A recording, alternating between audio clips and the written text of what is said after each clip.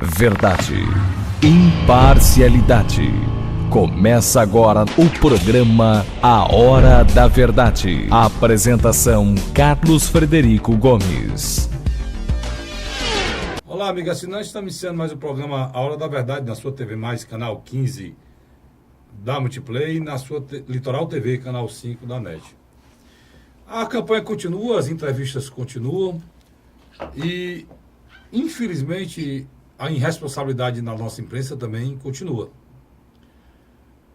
Terminaram as entrevistas na Rede Globo de televisão com os candidatos a presidente, iniciou essa semana as entrevistas com os vice-candidatos a presidente das chapas dos respectivos candidatos que já participaram na semana anterior nas entrevistas para presidente. A primeira que iniciou essa semana na Globo News foi a vice de Ciro Gomes, a senadora Cátia Abreu. Depois dela já teve a participação da senadora Ana Amélia. O que é importante a gente ressaltar aqui no início é que, mais uma vez, a Rede Globo de televisão entra por um caminho que eu acho terreno muito perigoso para a Rede Globo entrar. A Rede Globo de televisão ela está no processo de inquirir candidatos, de fazer uma espécie de destruição do nome dessas candidaturas em um país que vive talvez um dos piores momentos da sua história política, da história de um povo, da história da formação de uma população, da história da formação até mesmo, né, da identificação do caráter populacional do povo brasileiro. Nós não estamos sendo reconhecidos lá fora como a gente sempre foi. O Brasil era reconhecido como um país de pessoas amáveis. Hoje é um país de pessoas raivosas, amarguradas, e a imprensa tem muito a ver com isso. Na primeira entrevista, o que é que eu estou querendo dizer? Na primeira entrevista com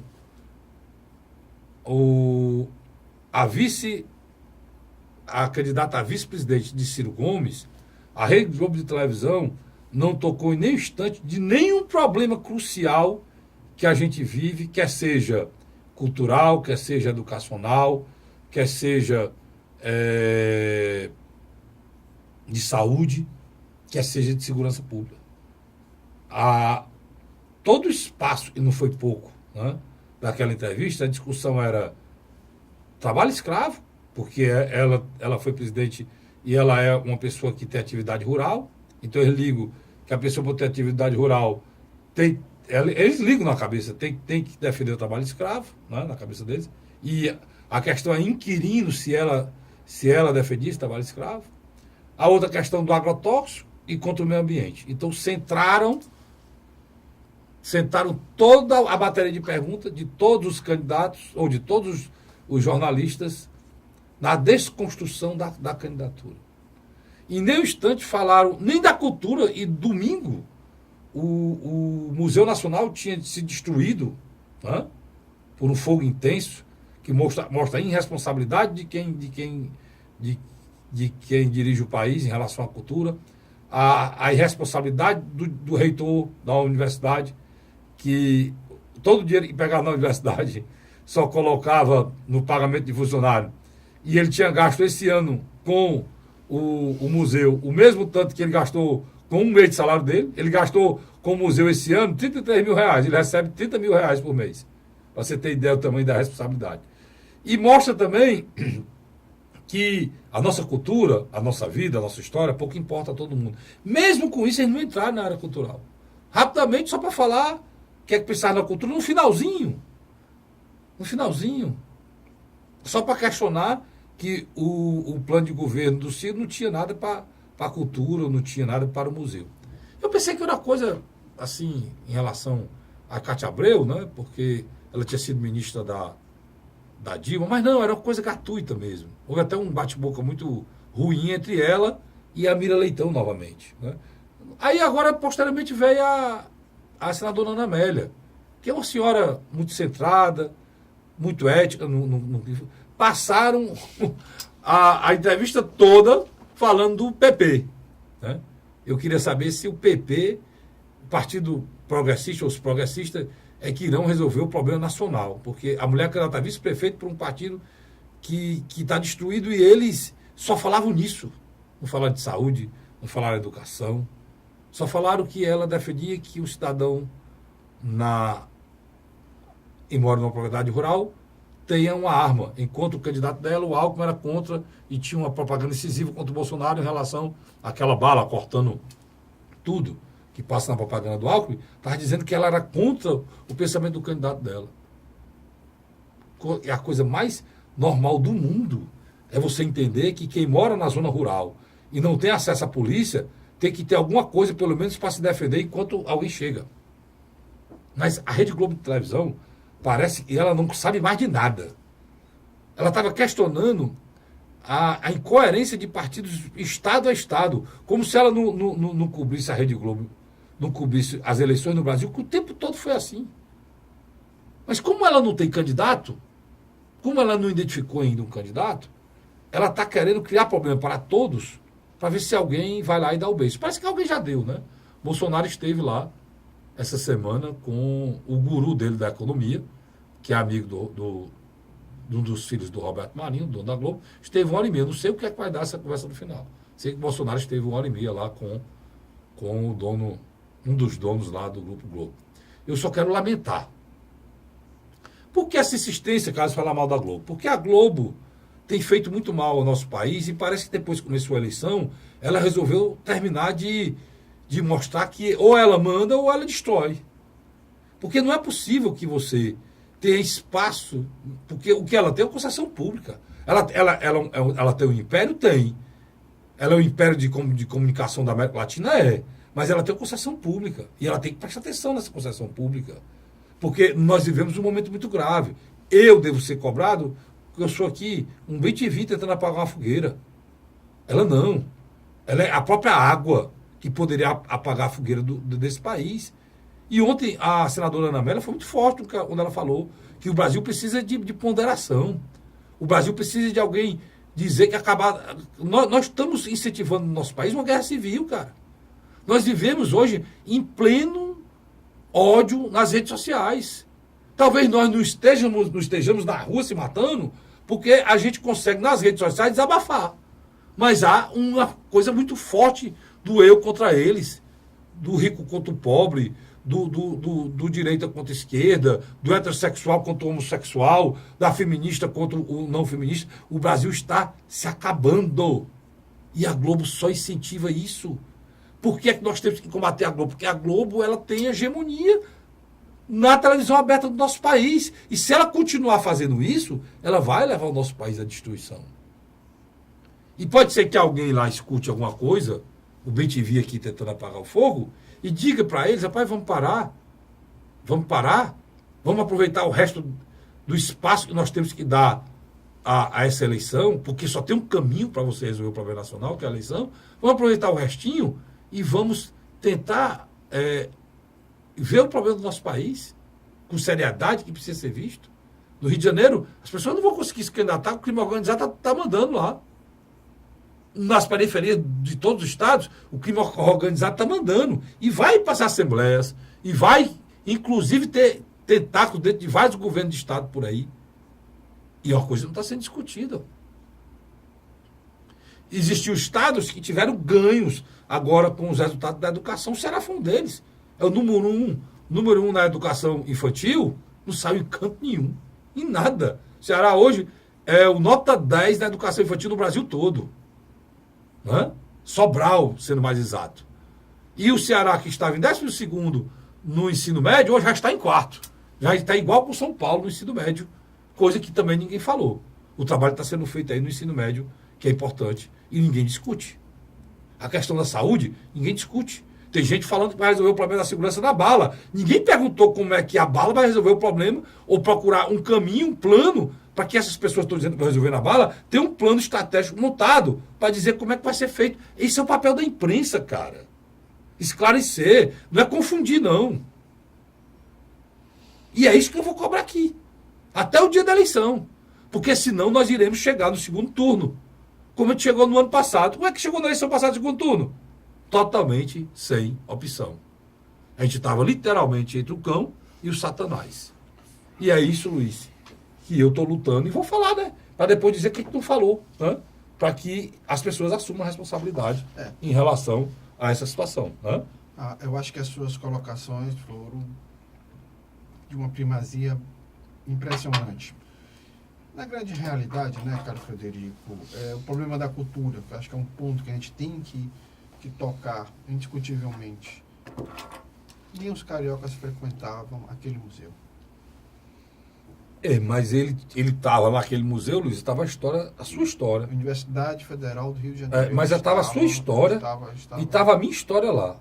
Eu morei 2 anos fora do Brasil, na Europa, eu sei a importância que os museus têm lá fora. Fora. E os museus, Luiz, eles são autossustentáveis. Eles recebem.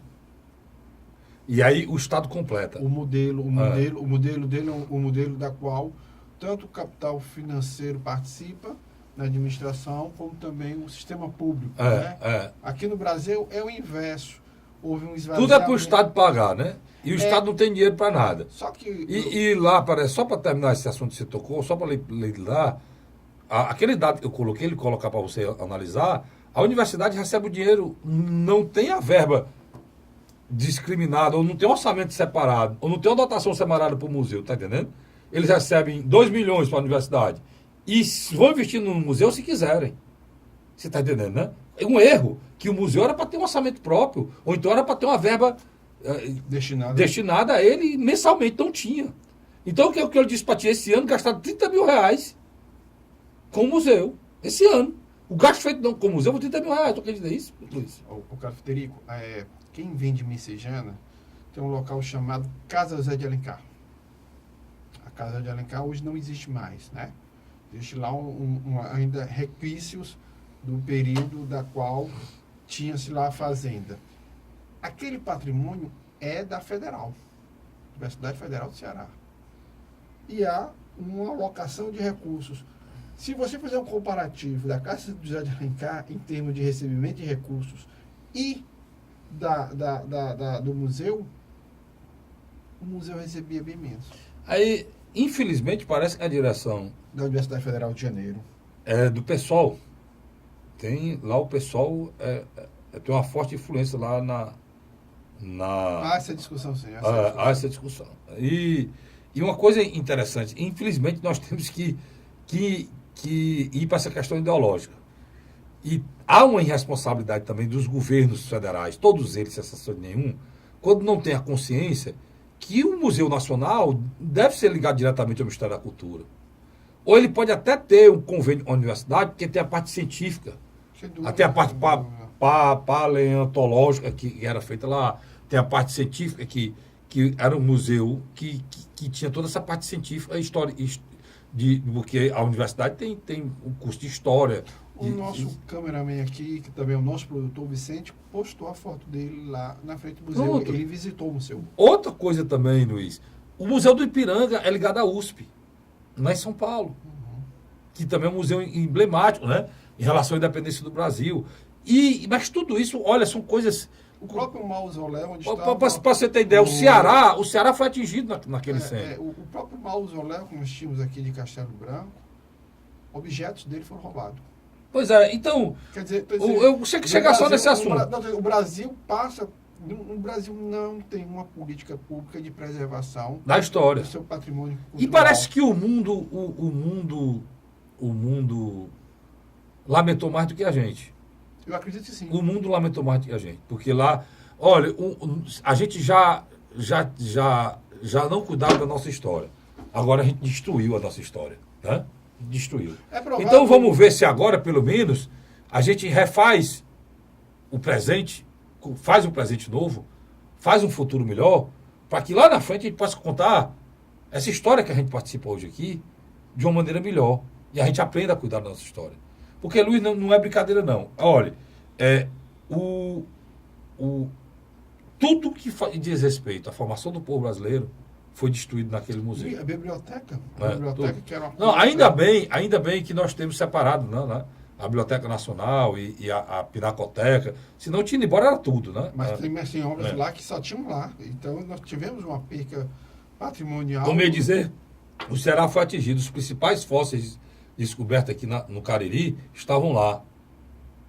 Você sabe que o Cariri é reconhecidamente ali um berço de fósseis, Sem né? dúvida. E além disso, tinha um pterodátilo, né? Aqueles animais da época da pré-história que voavam muito e que foram a alçada toda descoberta aqui, perfeito, montado lá também, e Interessante isso. que desapareceu. Interessante isso. E também desapareceu. Entre E outras o coisas, dinossauro brasileiro está todo montado, está lá também, foi destruído. A Lusíada, que é a descoberta de que houve uma migração da África para cá, não era os índios, uma migração da África para cá, e a prova mais antiga, que era o crânio, né, a apelidado de Luzia, também foi destruída, acharam só farelo. A perda é incomensurável, né? Os documentos, eles tinham algumas múmias egípcias que o príncipe Dom Pedro tinha comprado numa viagem que ele fez internacional, estava lá também, do Egito. se perdeu tudo. Enfim, tudo se perdeu. Agora, qual é a importância da gente falar nisso aqui? Cássio, diga que falo mais nisso não. Você está dizendo aí? Eu concordo com você. Ninguém aguenta mais, só falo nisso na televisão. Mas o que eu estou dizendo, qual a importância? Vamos chegar aqui no que eu e o Luiz, a gente discute. Política, né, Luiz? Porque todos os governos desse país, sem exceção de nenhum, inclusive de esquerda, abandonaram a área cultural desse país. Pegaram o dinheiro da Lei Rouanet e botaram para aquelas imoralidades que a gente viu por aí, Luiz. Fizeram o Bolsonaro crescer, né? Fizeram criar a figura do Bolsonaro. Quando pega dinheiro público, pega 2, 3, 4, 5, 10 milhões, bota para encenar besteira que não leva a lugar nenhum, que não traz cultura nenhum, e esse mesmo dinheiro que podia e estava indo, faltava para manter um teto, que era coberto de plástico, com infiltração d'água, com energia e plástico lá aí não dá, né, Luiz? Aí tem todo o ingrediente do coquetel Molotov, né? Na área cultural. Ia implodir, né? Independente do fogo, Carlos Frederico. O abandono ali era latente, né? Agora, o que é que a gente contasta? 14 anos do PT, o governo de esquerda.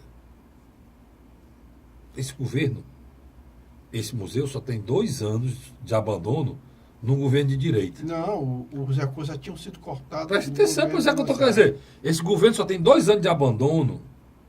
Você pode dizer, não, isso é um abandono do Temer. Eu concordo. E ele não liga para porra nenhuma. É um governo desmoralizado, já devia ter terminado. Concordo. Mas além desses 2 anos de abandono do governo Temer, ele não foi abandonado há 2 anos, não. Esse museu foi abandonado há 16 anos. Né? 14 anos do governo Lula e mais 2 do governo Michel Temer. Mais 2 do governo Michel Temer. Esse é um fato, né, Luiz? Isso não é um fato, não. Isso é um ato consumado. Mas a grande verdade, Carlos Frederico, é que o incêndio do museu trouxe a gente para uma nova realidade. É preciso discutir um novo formato de políticas públicas para a cultura, mas não esse que está aí. Esse que está aí também é falido. Não, a Lei Rouanet, nós já discutimos ela aqui. Ela é imoralidade, é vergonhosa. Ela é bonita, mas só que do jeito que fizeram não tem condição. Ah, não. Né? Você pegar 800 mil reais, 1 milhão, botar para patrocinar o show do Caetano Veloso, ele um banquinho, isso é brincadeira. Enquanto isso, você gasta 30 mil reais para a manutenção de um patrimônio histórico com 20 milhões de itens. É isso, macho.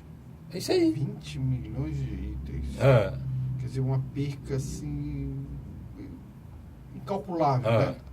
Para você discutir uma história dessa aqui, você fica, né? Você fica meio doido, não é não? Carlinhos, nós nos planejamos no início da semana, porque tanto o Ibope como o Datafolha, via o grupo Rede Globo e o jornal Estado de São Paulo e Folha de São Paulo, haviam se programado, né?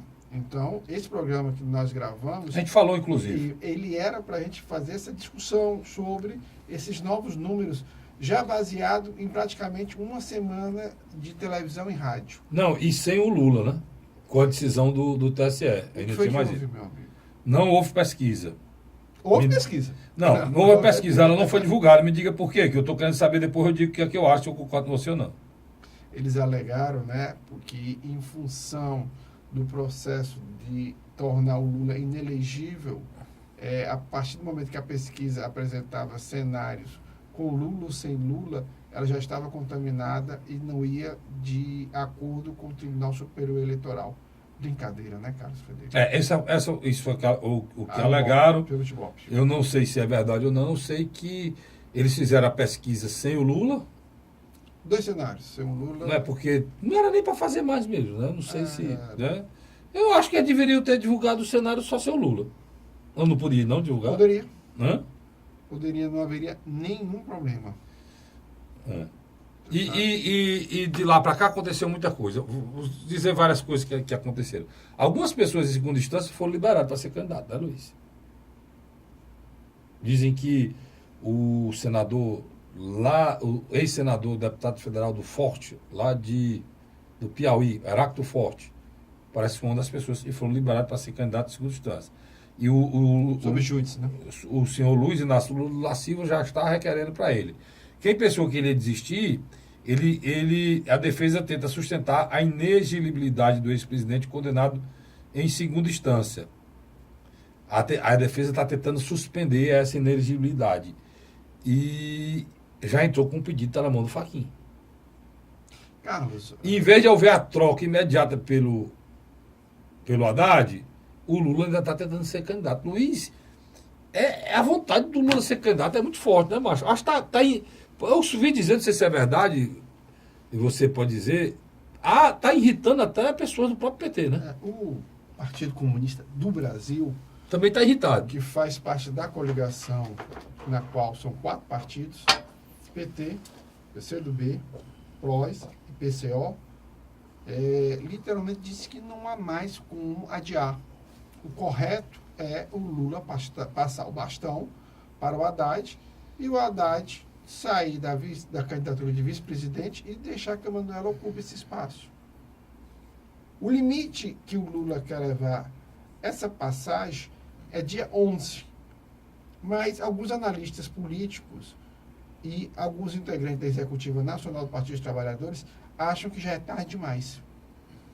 Que não daria tempo de Fernando Haddad conseguir se tornar uma candidatura viável. Porque eles estão dizendo que não Porque o Tribunal Superior Eleitoral está proibindo o uso de imagem do Lula.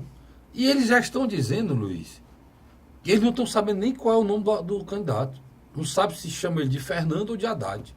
Tem lugar que a pessoa fala com ele e se aperta, oi, prazer, eu sou o Fernando. O Haddad do Lula, né? Eu sou o Fernando. Ele está dizendo que é Fernando. Porque aqui no Ceará... É o Andrade. É o Andrade. Aqui no Ceará estão chamando de Andrade. Aquilo que a gente falou aqui, que o PT estava se autodestruindo, parece que está aí no caminho. E eu acho que ele não vai conseguir passar isso, não. Eu já tenho que ir para o intervalo, né? Mas fique aí que nós vamos discutir esse assunto, que esse assunto é muito sério, porque dessa decola ou não dessa candidatura é que você pode definir quem vai para o segundo turno. Então, isso aqui é a cereja do bolo, e eu vou discutir isso aqui com o Luiz. Algumas coisas que vocês não estão sabendo, vocês vão saber já já. Não sai daí não, eu volto já. A Hora da Verdade.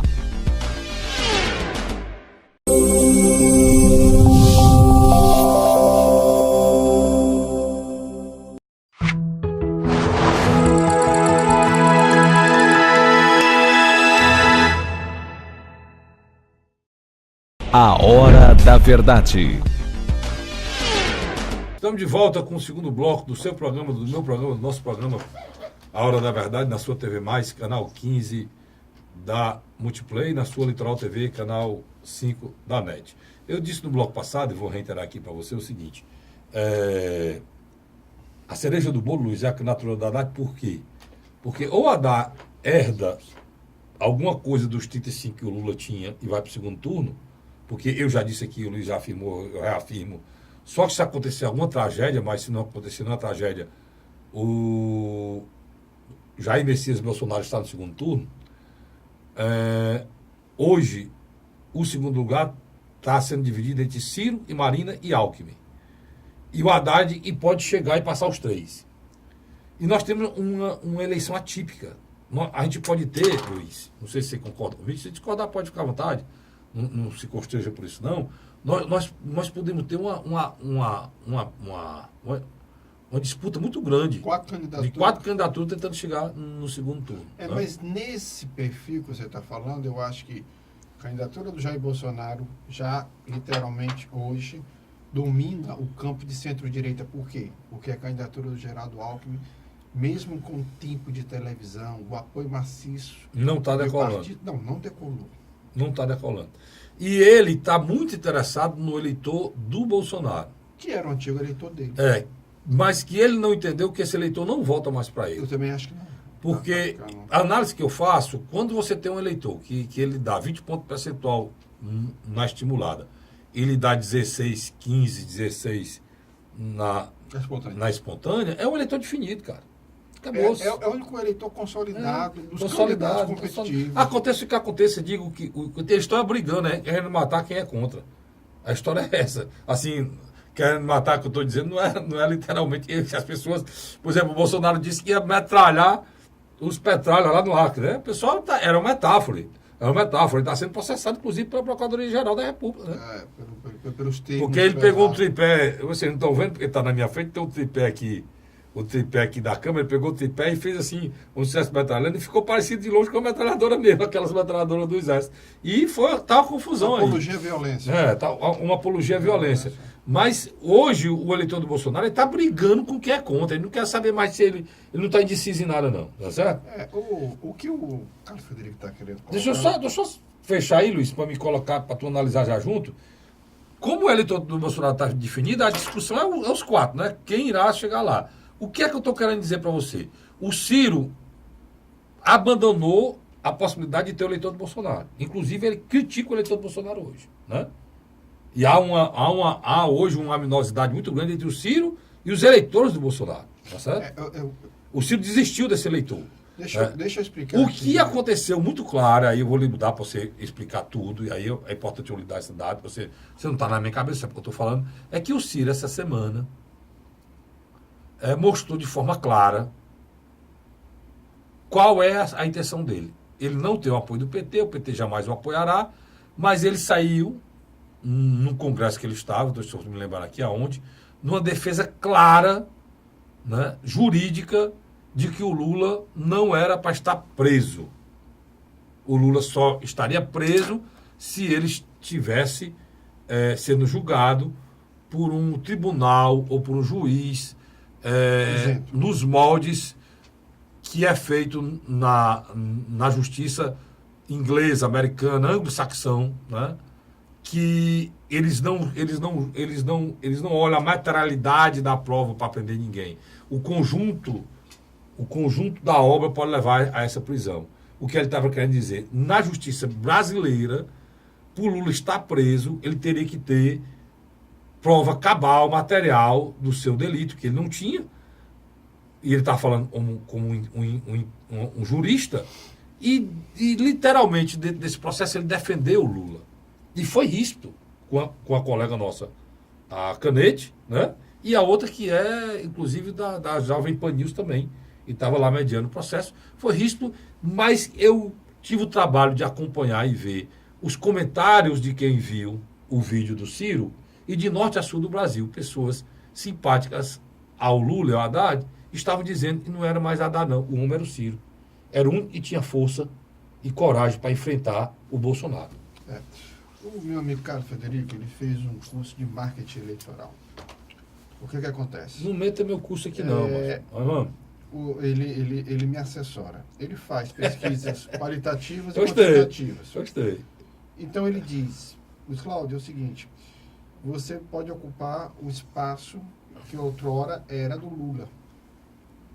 Mas faça um favor, não ataque esse candidato ou que vai deixar de ser candidato. Faça pontes. Por quê? Porque o Lula, mais que ele queira, ele não vai conseguir transferir os votos que ele deseja para Fernando Haddad. Bem diferente de 2010, que era outro contexto, era outro... Não, basta tirar uma foto com o Lula em 2010. Sabe, basta tirar uma foto de longe. Basta tirar uma foto de longe com o Lula. Então, o que está acontecendo?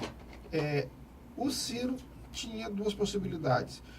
Entrar num processo parecido com a Marina, que está entrando diretamente em choque com o Partido dos Trabalhadores e a figura do Luiz Inácio Lula da Silva e de Dilma Rousseff, ou optar por criar um vínculo de proximidade, mas também que não traga a ele o desgaste, ônus do petismo e do lulismo, que mas- vem dos grandes centros urbanos. Então, em síntese, ele está tentando se tornar um candidato de centro, mas para a centro-esquerda, sim, mas um candidato de centro, que pode também atrair um eleitorado moderado, tucano, e que também está com Álvaro Dias e Amoedo, que não simpatiza com o Bolsonaro. Então, ele está fazendo o jogo certo.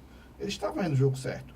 Interessante, no BGT pontual, que saiu semana passada e saiu essa semana, Ele já estava acima da Marina, um ponto percentual, né? não, ele cresce. Ele sai da casa de 8, 9 para 12. Ele cresceu acima da margem de erro. Ele passou a Marina. Passou a Marina, mas já passou. Mas o crescimento Não. dele foi acima da margem de erro. Isso demonstrou. É uma pesquisa feita por telefone, com 2.000 pessoas, em que deu um alento muito grande à candidatura do Ciro, né? Eu acredito que nesse momento o Ciro está reestruturando toda a campanha dele dentro de uma base sólida. Outra coisa, aí eu tiro o chapéu para você. Quando você sempre apostou que a discussão sobre a inadimplência dos brasileiros devia ter sido ser levado mais a sério pela imprensa brasileira. Não foi. E uma parte da população já está começando a analisar a proposta de seriedade. Agora ele botou no programa eleitoral, inclusive, a primeira propaganda dele no programa eleitoral, e a população está satisfeita com isso, com a possibilidade de voltar ao mercado a comprar alguma coisa e limpar o nome, né? Então, os adversários, em vez de tentar uma coisa parecida, fizeram o deboche e caíram na vala comum, porque no Brasil não se pode fazer nada e seja para o bem do cidadão comum, né? Só pode ser para os grandes tubarões que mandam nesse país. Agora, Carlos, é impressionante. A escolha de um bom nome ajuda. O Jair Messias Bolsonaro, ele foi feliz na escolha do economista Paulo Guedes, como você falou no primeiro bloco. O economista é respeitado. Já fez uma ponte com a Rede Globo, que é importante. Querendo ou não, a Rede Globo ainda tem... A Rede Globo não tem candidato, Luiz. O Jair Messias Bolsonaro, você usa o nome dele todo, igual você, pode daqui a 10 dias ser o cara. Agora, aí que tá... E a Globo tem... A Globo tem jogo de cintura necessário, você sabe disso, para ajudar e fazer isso aí. No E final. agora é interessante, os principais sites jornalísticos, mas na área econômica, como Informoney e Exame, já fazem matérias dizendo que os empresários literalmente já não acreditam mais numa recuperação do Geraldo Alckmin e acham que é interessante acompanhar e apoiar a figura de Paulo Guedes, que seria uma espécie de super-ministro no governo de Jair Messias Bolsonaro. Então, na minha avaliação, é um fato inesperado. E a força do Paulo Guedes é grande quando você ouve um Bolsonaro ser um conservador entreguista. Ele não é um conservador nacionalista. Natural, deixa eu explicar para vocês o que eu estou querendo dizer.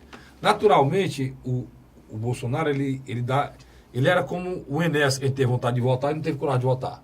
Né? Conservador. Boa lembrança. Conservador naquela época, os mais novos não conhecem. Conservador naquela época, um cara forte em relação à bandidagem, em relação à seriedade, forte em relação às Forças Armadas, uma pessoa que exigia ética, moral dos costumes, mas o Enéas tinha uma coisa, o Enéas, ele era totalmente contra a política neoliberal. Tu sabe disso. Ele era contra a privatização, ele era contra o mercado, ele era contra o entreguismo. Né? Ele achava que o Estado tinha que ser fomentador. Isso. Fomentador da é aquele economia. Pensamento nacionalista. Nacionalista. O Brizola tinha. O Brizola tinha, pronto, o pensamento nacionalista. Já, eu estou analisando aqui a força do Paulo Guedes. Já o Bolsonaro, ele tem toda essa áurea conservadora em relação à família, Moralista. em relação à igreja, em relação aos costumes, em relação ao heterossexual, ao respeito às pessoas quererem ser heterossexual, o respeito a que as crianças sejam heterossexuais, não sejam induzidas a serem homossexuais, e ele bate nisso muito forte, contra esse negócio. Ele é contra o aborto. Contra o aborto, contra essa história de diversidade, de política de gênero nas escolas.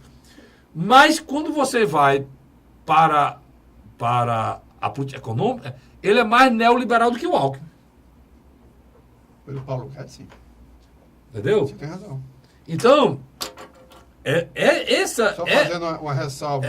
Só para terminar. Só fazendo uma ressalva, Ah. o Mauro Benevides Filho tem se saído muito bem.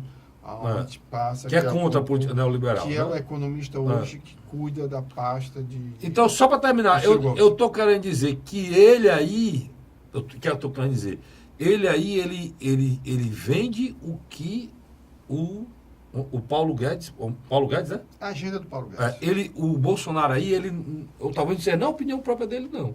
Que o natural seria ele ser um pouco mais conservador e ser um pouco mais nacionalista. Não. Porque o próprio Exército é do jeito que eu estou dizendo aqui. A cúpula do Exército Brasileiro é mais nacionalista. A cúpula do Exército Brasileiro não aceita entregar o petróleo para fora, não aceita entregar o nosso minério para fora, não aceita os bancos estarem mandando aqui, e mais no caso do Paulo Guedes, não. Então, eu acho que ele tem uma visão mais parecida. Por exemplo, vou dar um exemplo claro para você. Eu posso chamar... Ele chega a ser mais radical do que o João Amoedo.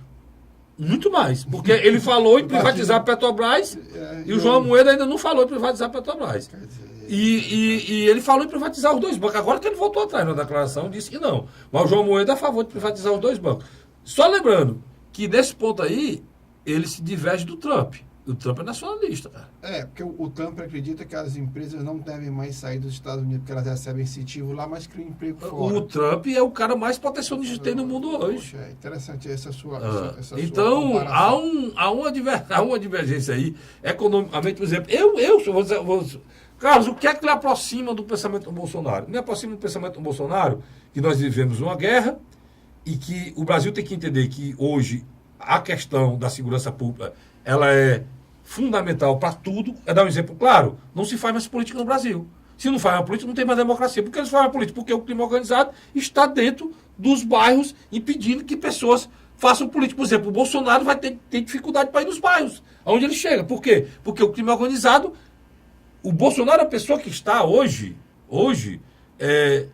literalmente ameaçado de morte o tempo todo, né, Luiz? Porque ele bate de frente com o crime organizado. Sem dúvida, sem dúvida. Então, você não faz... Vamos dar um exemplo. Um jornal de hoje aqui no estado de Ceará está falando de conjuntos habitacionais que já estão sendo... O cara marca um X na sua porta. Pronto, o cara está dizendo qual é o crime organizado está lá. Então, as pessoas estão sendo expulsas, não tem mais... Se não houver um enfrentamento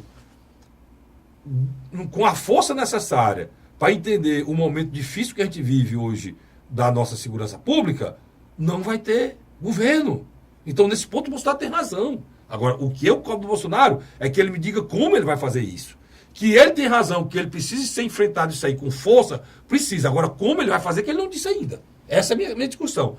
Aonde é que eu discordo dele, plenamente? Aí é quando ele chega que ele tem que o mercado tomar conta de tudo. E o mercado, ele está atrás de dinheiro. Mercado é dinheiro, é empresa. Nenhuma empresa é fundada para se preocupar com a vida de ninguém. É dinheiro. E nós temos uma população muito pobre para deixar ser explorada por megas empresários. Isso aí não dá. É você colocar metade de um povo, 100 milhões de pessoas que vivem com dificuldade. Olha, se você tem 65 milhões no Serasa, cara, né? Então, 65 milhões, nós temos, são 200 milhões de brasileiros, nós temos 65 milhões do Serasa, esses o que puderam comprar. E os que não estão no Serasa, porque nem comprar podem, porque não tem, estão abaixo da linha da pobreza, não podem comprar nada. Aí você vai mais para 100 milhões de pessoas, que se você entregar tudo desse país para a iniciativa privada, nós seremos o quê? Escravos de quem tem dinheiro. E a desigualdade social só vai aumentar. Por isso que eu discordo em relação a isso. Tu quer, Carlos, tudo estatal, cuidando do povo? Não. O que eu penso que um governo deve ter, a responsabilidade de entender e induzir que o governo tem que ter preocupação com fomentar o desenvolvimento e melhorar a vida das pessoas mais pobres. Esse é o pensamento do centro, né, Luiz? Não da esquerda, do centro, é isso, né? Agora vamos aqui fazer uma análise positiva do Jair Messias Bolsonaro num aspecto.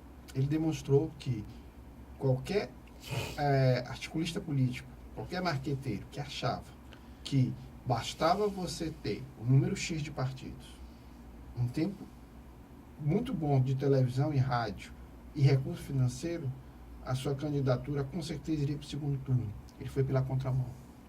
Mas a gente já sabia disso, nós dois. Ele foi pela A gente já contramão. falou, e eu falei, você falou, que o tiro podia sair pela culatra. Né? O Ciro perdeu o Centrão, mas não devia chorar muito não, que o Centrão, em vez de dar, podia tirar. E o Alckmin, que achou que ganhou, poderia ter perdido. E o Bolsonaro, e você tem razão quando você enaltece o Bolsonaro, porque o Bolsonaro nunca acreditou nisso. Nunca se preocupou em ter só 7 segundos lá. Porque ele usou as redes sociais, Ele usa, né? e usou e usa muito bem, é que usa melhor as redes sociais. Inclusive estão denunciando agora, e diz que ele tem quantos mil roubou? Não sei. Aí Mas ninguém sabe se é verdade. Ele ou não, teria como provar. Mas, para finalizar esse segundo bloco, Carlos, uma coisa eu concordo com você. Ele demonstrou que o antigo modelo político brasileiro está corroído e ineficaz. Deixa eu lhe dizer uma coisa, para completar seu raciocínio perfeito. Ele apostou, ele apostou, e é a pessoa que inovou, iniciou uma nova maneira de fazer política no Brasil com as redes sociais. É isso? Verdade. Pronto. Verdade. Ele foi o cara que teve a coragem de apostar e ser o artifício desse processo, esse novo processo eleitoral brasileiro, em que a televisão não é fundamental, mas não é única. Né? Esse é o grande ponto. Ela é fundamental, a televisão, mas não é única nesse processo. Não é isso, Luiz? Vamos lá. Eu vou para um rápido intervalo, volto já para a gente terminar de discutir isso aqui, porque isso é a maneira que você tem para entender o que é que está acontecendo.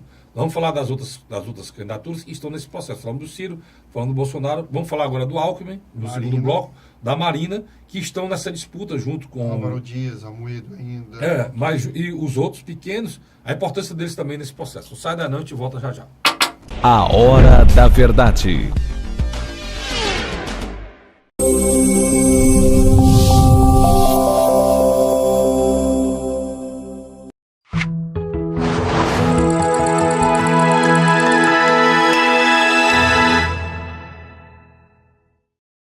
A Hora da Verdade.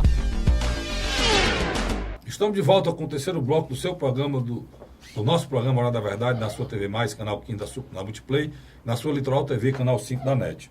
A gente falou aqui do Bolsonaro, e falou aqui do Ciro, da intenção dele em agradar o eleitor do Lula. E o Fernando Haddad?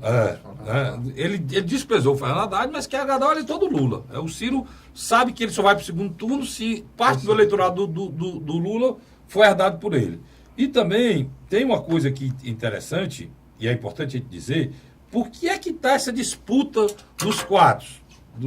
O Ciro, Alckmin, Marina e Fernando Haddad. Por quê? Porque esses quatro aqui, eles estão em torno de 2 dígitos, de 10 pontos. O Haddad já deve ter subido para 8, o Ciro tem 9, 10, a Marina tem 12, 11, 10 e o Alckmin nessa mesma faixa. Mas ainda falta muita gente, mas os pequenos não deixam. Por quê? Esse é o grande problema. Aí que a briga fica mais feia. Porque lá embaixo está o Amoedo. Entre 2 ou 3. Ou 3 ou 4. Está o Álvaro Dias com 4. Está o Boulos com 1. O Boulos com 1. Meirelli com 2. Meirelli com 2. Tem o Cabo Daciolo com 2. Chega 1 a 2. Tem o Imael com 1. É engraçado Né? isso. Então o que é que acontece? E às vezes a própria Vera do PSTU também tem 1. O resto que poderia definir quem é que passava, não pode porque eles estão presos com o resto do eleitorado, né? Porque a conta tem que fechar. Então vai ficar essa disputa cabeça a cabeça, né? Desses quatro para chegar no segundo turno. É uma eleição atípica, né, Luiz? Totalmente diferente do que a gente já viu. Bem diferente, por exemplo, de 1989, que você tinha literalmente só 3 candidaturas competitivas. Collor, Lula e Brizola. E um pouco atrás, o Mário Covas. Dessa vez é como você colocou. Você tem a certeza da ida de um candidato e também a disputa de pelo menos 4 candidatos pela última vaga. E o Fernando Henrique Cardoso já disse, né? O PT e o PSDB anteciparam-se a disputa deles já no primeiro turno para ver quem consegue ir ao segundo turno contra o Bolsonaro. Quem falou isso foi Fernando Henrique Cardoso. Mas nós, pela primeira vez, da redemocratização para cá, nós poderemos ter... Já morreu aquela polarização PT. Sim, mas aí nós poderemos ter um segundo turno sem os dois. É uma nova... Com exceção de 89, né? O PSL já está lá, né? Eu acho que já esteja lá. E se o Ciro conseguir herdar os votos do PT, o Ciro irá para o segundo turno. Se a Marina se manter com o que tem hoje, ela que irá para o segundo turno, é da rede. E se o Alckmin tiver feita a aposta correta e crescer, né? Permita só falar. Crescer na televisão, ele que irá para o segundo turno. Aí ele indo é o único que desmancha, né, aquela polarização antiga e PSDB. A presidenciável Marina Silva, ela trabalha numa estratégia muito perigosa, mas coerente. Qual? Ela herda naturalmente alguns votos simbólicos do lulismo. Porque ela, em relação ao Ciro, tem uma ligação com o Partido dos Trabalhadores e com o próprio Lula. Apesar de estar distante, ela tem. E, ao mesmo tempo, ela sabe que uma parte do eleitorado do Geraldo Alckmin e do Álvaro Dias que não vota no Bolsonaro pode vir para ela. Então, ela está fazendo essa aposta de atrair esse eleitor e chegar lá no segundo turno com uma média de 15% a 17%. Chegando, já concretizo o que eu digo aqui. Mas é interessante, ela não está disputando com Ciro o voto do Lula. Ela está tentando criar um discurso parecido em alguns aspectos com o antigo PSDB, que na minha avaliação é mais bem representado pelo Álvaro Dias do que pelo próprio Geraldo Alckmin. Tira o voto do Geraldo Alckmin. E aí que tá. Se ela tirar na reta final alguns votos de Geraldo Alckmin, ela tem uma chance mínima, mas tem uma chance de chegar ao segundo turno. É uma estratégia perigosa? É, mas é uma estratégia coerente. O Ciro continua insistindo desde onde ele iniciou. Né? Mas é porque ele que é no espólio. Mas é aquilo que nós falamos no segundo bloco. Ele tem pesquisa qualitativa, quantitativa, que já indica mas deixa eu lhe que perguntar uma coisa. Já indo para o Geraldo, você acha que o Geraldo Alckmin pode, agora na televisão, com um trabalho mais forte na televisão, com o espaço que ele tem, ainda reverter esse quadro? Carlos, infelizmente, eu e você teríamos, quando a gente estava gravando esse programa, 2 pesquisas a nível nacional, com um universo até razoável. Que o Datafolha me parece que ia fazer algo em torno de 6.000 a 8.000 entrevistados. E é o que acontece. Nós não temos hoje, felizmente, como dizer como foi a primeira semana essa ferramenta televisiva e de rádio para Geraldo Alckmin. E também sem o Lula, né? Sem o Lula. Então, o Geraldo Alckmin, ele é muito... a situação dele é muito complicada quando tira o Lula. Por quê? Porque porque ele não herda nada do Lula.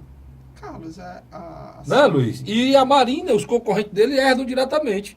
Herda o Haddad, herda a Marina e herda o Ciro, né? Eu, como consultor político, se você fizesse hoje uma pergunta para mim, como é que é o futuro da campanha do Geraldo Alckmin, eu acho que ele é apenas um ator secundário e dificilmente chegaria ao segundo turno.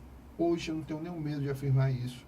Então você acha que as chances do segundo turno são 3? Estão Ciro, Haddad e Marina? Eu acho que sim.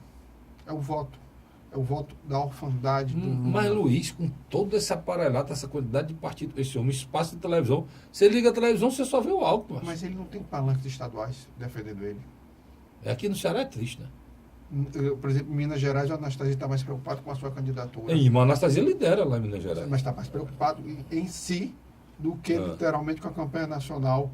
A candidata dele no Paraná perde para o candidato de oposição e por aí vai. É uma situação. Tem muita coisa contra uma das coisas... E o Ministério Público ainda também, nessa semana, foi muito cruel com ele. Agora, Luiz, vamos aqui dizer uma coisa para o Ministério Público no nosso país. Isso é uma coisa muito séria.